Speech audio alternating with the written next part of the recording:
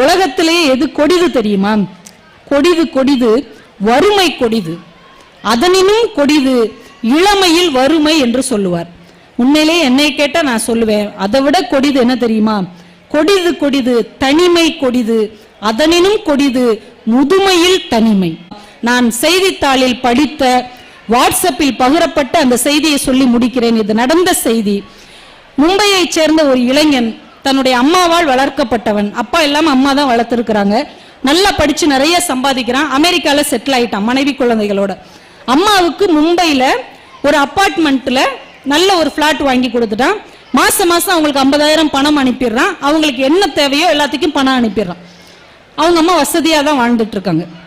ஒரு நாள் அவங்க அம்மா ஃபோன் பண்றாங்க. ஃபோன் அட்டன் பண்றாங்க. என்னம்மா சொல்லு அப்படின்னு. இங்க தனியா இருக்கிறது கஷ்டமா இருக்குடா, என்னை முதியோர் இல்லத்துல சேர்த்துரு, அங்கேயாவது எனக்கு பேச்சு துணைக்கு ஆள் இருப்பாங்கல்ல அப்படின்றாங்க. உனக்கு ரொம்ப கோவம் வருது, என்னை அவமானப்படுத்தணுங்கிறதுக்காக இப்படி சொல்றியா? உனக்கு எவ்வளவு பணம் அனுப்புறேன், எவ்வளவு பெரிய அபார்ட்மெண்ட்ல உனக்கு ஒரு பிளாட் வாங்கி கொடுத்துருக்கிறேன், ஒரு வேலைக்காரி நீ வச்சுக்க வேண்டியதானே? இல்லடா, இங்க யாரை பார்த்தாலும் பயமா இருக்கு, அது வேலைக்காரி தான் எஜமானி அம்மாவை சாப்பிடும் போதே கொண்டுறாங்கன்னு பேப்பர்ல வருது, எனக்கு பயமா இருக்குதுடா, என்னை முதியோர் இல்லத்துல சேர்த்துரு. இந்த மாதிரி பேசுறதா இருந்தா இனிமே என் கூட பேசாத அப்படின்னு போனை கட் பண்ணிடுறான். ஒரு வாரம் கழிச்சு மறுபடியும் அம்மாட்ட இருந்து போன் வருது. இவன் ரொம்ப பிஸியா இருந்தோடனே கட் பண்ணி விட்டுட்டான். கிட்டத்தட்ட 1.5 வருடங்கள் ஆயிடுச்சு. அம்மாவும் போன் பண்ணல, இவனும் அம்மாவுக்கு போன் பண்ணல. அலுவலக வேலையா மும்பைக்கு வர்றான் அமெரிக்கால இருந்து. வந்த இடத்துல யோசிக்கிறான், அம்மா இங்க தானே இருக்கிறாங்க, ரொம்ப நாள் ஆச்சு அம்மாட்ட பேசி, ஒரு எட்டு பார்த்துட்டு போயிடுவோன்ட்டு போறான். காலிங் பெல்ல அடிக்கிறான். ரிங் போயிட்டே இருக்குது. உள்ள இருந்து யாருமே கதவை திறக்கல.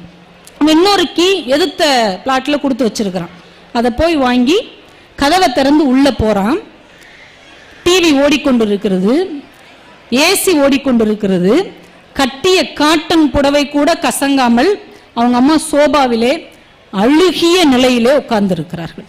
இறந்து போய் உட்கார்ந்திருக்கிறார்கள். இந்த படம் அப்படியே, அந்த படம் செய்தித்தாளில் வந்தது. கிட்டத்தட்ட 1 வருடம் அந்த அம்மா இறந்து போய் 1 வருடம் ஆகிவிட்டது. பெத்த பிள்ளை ஒரு போன் கூட பண்ணல. அக்கம் பக்கத்தில் இருக்கிற மனிதர்கள் கூட இங்க இப்படி ஒரு கிழவி இருந்தாலே என்ன ஆனா என்று எட்டி கூட பார்க்கவில்லை. இனிய நண்பர்களை, நிறைய படித்திருக்கிறோம், நிறைய அறிவு வளர்ந்திருக்கிறது, நிறைய சம்பாதித்திருக்கிறோம். ஆனால் சக மனிதர்களிடம் காட்ட முடியாத அன்பை உள்ளுக்குள்ளே தேக்கி வைத்துக் கொண்டு என்ன சாதிக்க போகிறோம்?